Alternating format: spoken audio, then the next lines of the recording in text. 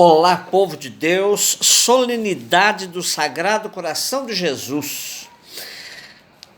Primeira leitura, Deuteronômio 7, de 6 a 11. O nome Deuteronômio significa, etimologicamente, segunda lei, pois entenderam os tradutores gregos da Septuaginta que se tratava de uma cópia da lei. Trata-se da promulgação da lei nas planícies de Moabe, ali para Moisés. Ele faz parte do Pentateuco e constitui uma das suas fontes. É comum entre os exegetas admitirem que há 4 fontes de tradição presentes no Pentateuco. São elas: a primeira, javista, representando sobretudo o reino do sul, Judá, é chamada assim porque usa o nome próprio de Deus de Javé. Eloísta representa o reino do norte, Israel, é chamada assim por designar Deus pelo nome genérico de Elohim, reservando o nome de Javé somente para depois da revelação do Eu Sou, para Moisés. A terceira, sacerdotal, representa os sacerdotes e levitas ligados ao templo de Jerusalém. E a quarta, a deuteronomista, que representa a tradição profética, da qual surgiram os movimentos de reforma religiosa em Israel e Judá. Os teólogos deuteronomistas, originários do norte, Israel, mas, entretanto, refugiados no sul, Judá, após as derrotas do Reino do Norte frente aos assírios, apresentam os dados fundamentais da sua teologia. Há um só Deus que deve ser adorado por todo o povo num único local de culto, Jerusalém. Esse Deus amou e elegeu Israel e fez com ele uma aliança eterna. E o povo de Deus deve ser um único povo, a propriedade pessoal de Javé. Sendo assim, eles são críticos em relação à divisão em Reino do Norte e Reino do Sul, que aconteceu depois do reinado de Salomão. No texto de hoje é destacado que a eleição do povo de Israel da parte de Deus é pura questão de amor, mas que cabe ao povo corresponder a esse amor com a sua fidelidade a esse Deus único que o tirou do Egito e fez com ele uma aliança de amor eterno. A resposta do povo ao amor de Deus deve traduzir-se na observância dos mandamentos, leis, preceitos, que Javé propõe ao seu povo. Os mandamentos são os sinais que permitem a Israel manter-se em comunhão com Deus como povo eleito consagrado ao Senhor. A segunda leitura é de primeira carta de João, capítulo 7, versículo de 7 a 16. Lendo o texto, logo percebemos que não se trata de carta, pois falta o endereço e assinatura. Tem um estilo de homilia. A primeira carta de João diz aos cristãos das comunidades que o verdadeiro conhecimento de Cristo, a comunhão com Ele e com Deus, consiste na fé e no amor, em crer que Jesus, que viveu entre nós em carne, veio da parte do Pai, e em praticar sua palavra, amando os irmãos e repartindo com eles os bens deste mundo. E isto eles identificam como andar na luz. Temos 3 definições de Deus que marcam o texto todo. Primeiro, no capítulo 1, versículo 5, Deus é luz, e nele não há trevas. No capítulo 2, versículo 29, Deus é justo, e todo aquele que pratica justiça nasceu dele. E no capítulo 4, versículo 16b, Deus é amor. Quem permanece no amor, permanece em Deus e Deus permanece nele. Luz, justiça, amor. Por isso, o nosso texto de hoje nos diz: quem não ama não chegou a conhecer Deus, pois Deus é amor. Não se pode entender esse amor descolado de Cristo, pois é ele o modelo do amor. Quem anda na luz pratica a justiça e conhece a Deus, que é amor. Por isso se pode afirmar: conhecer a Deus é praticar a justiça.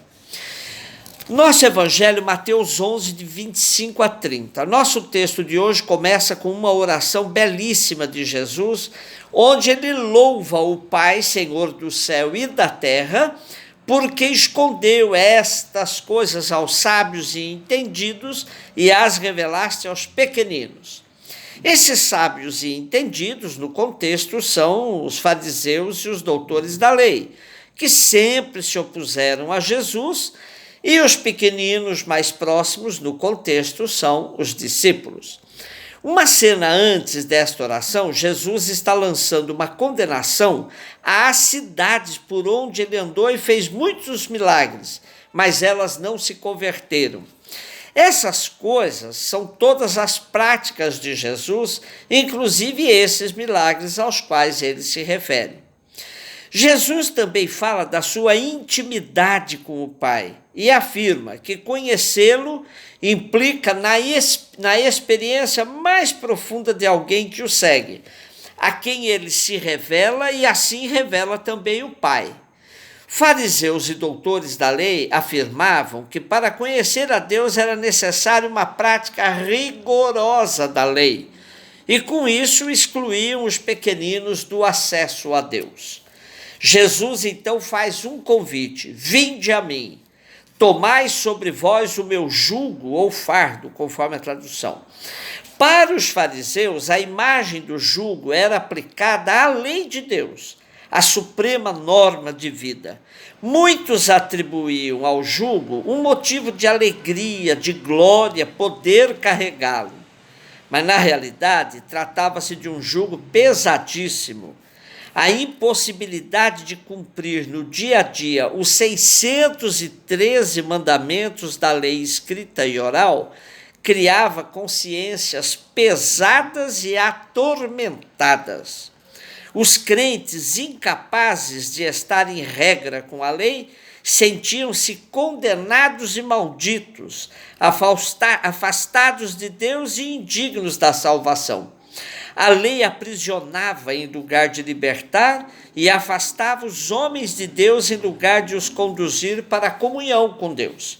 Ora, a atitude de Jesus era totalmente censurada pelos fariseus e doutores da lei, pois eles julgavam que Jesus era muito liberal e tirava todos os freios necessários para uma boa conduta. Desde Dostoiévski ficou muito conhecida a interrogação: se Deus não existe, tudo está permitido? É claro que tal questão está no contexto filosófico e profundo do famoso romance Os Irmãos Karamazov, e que aqui não é o caso de um aprofundamento, mas desde que a frase se popularizou, permitiu uma enxurrada de considerações acerca de Deus como freio da prática do mal. Ora, não há nada mais reduzido do que imaginar que Deus só serve para isso. Uma consciência bem formada, que pode no processo ter a participação efetiva da religião, pratica o bem porque descobriu que essa é a condição dos humanos. Neste contexto, ama a Deus de maneira totalmente livre, pois para a liberdade, Cristo nos libertou, como diz Paulo. E comportamento verdadeiramente ético e moral, somente aquele vivido na mais profunda liberdade. Por fim, eu gostaria de comentar o final da frase quando Jesus diz: sou manso e humilde de coração. Ora, tornou-se comum as pessoas dizerem: Jesus, manso e humilde de coração, fazei meu coração semelhante ao vosso. É preciso tomar cuidado, pois tudo que é tirado do contexto pode virar pretexto para pensamentos até contrários ao que Jesus realmente estava dizendo. O humilde e manso de Jesus aqui está conectado com: porque meu jugo é suave, meu peso é leve. Trata-se da leveza de Jesus frente ao excesso de lei farisaica que se tornava um jugo pesado nas costas dos pequeninos. Ser manso e humilde de coração, portanto, não significa uma espiritualidade intimista e melosa. Lembremos-nos da bem-aventurança que dizia: felizes os mansos. São aqueles que já perceberam que o único meio de frear a espiral da violência é o rechaço da vingança. Não alimentar um espírito vingativo é a prática da mansidão. Então terminemos hoje com uma proposta. Em meio a tantos pedidos para que o nosso coração seja manso e humilde como o de Jesus, nós podemos alternar essa prática com outra que também é extremamente fiel a Jesus. Jesus, revolucionário do reino do Pai, fazei-nos revolucionários como vós. Um beijo no seu coração.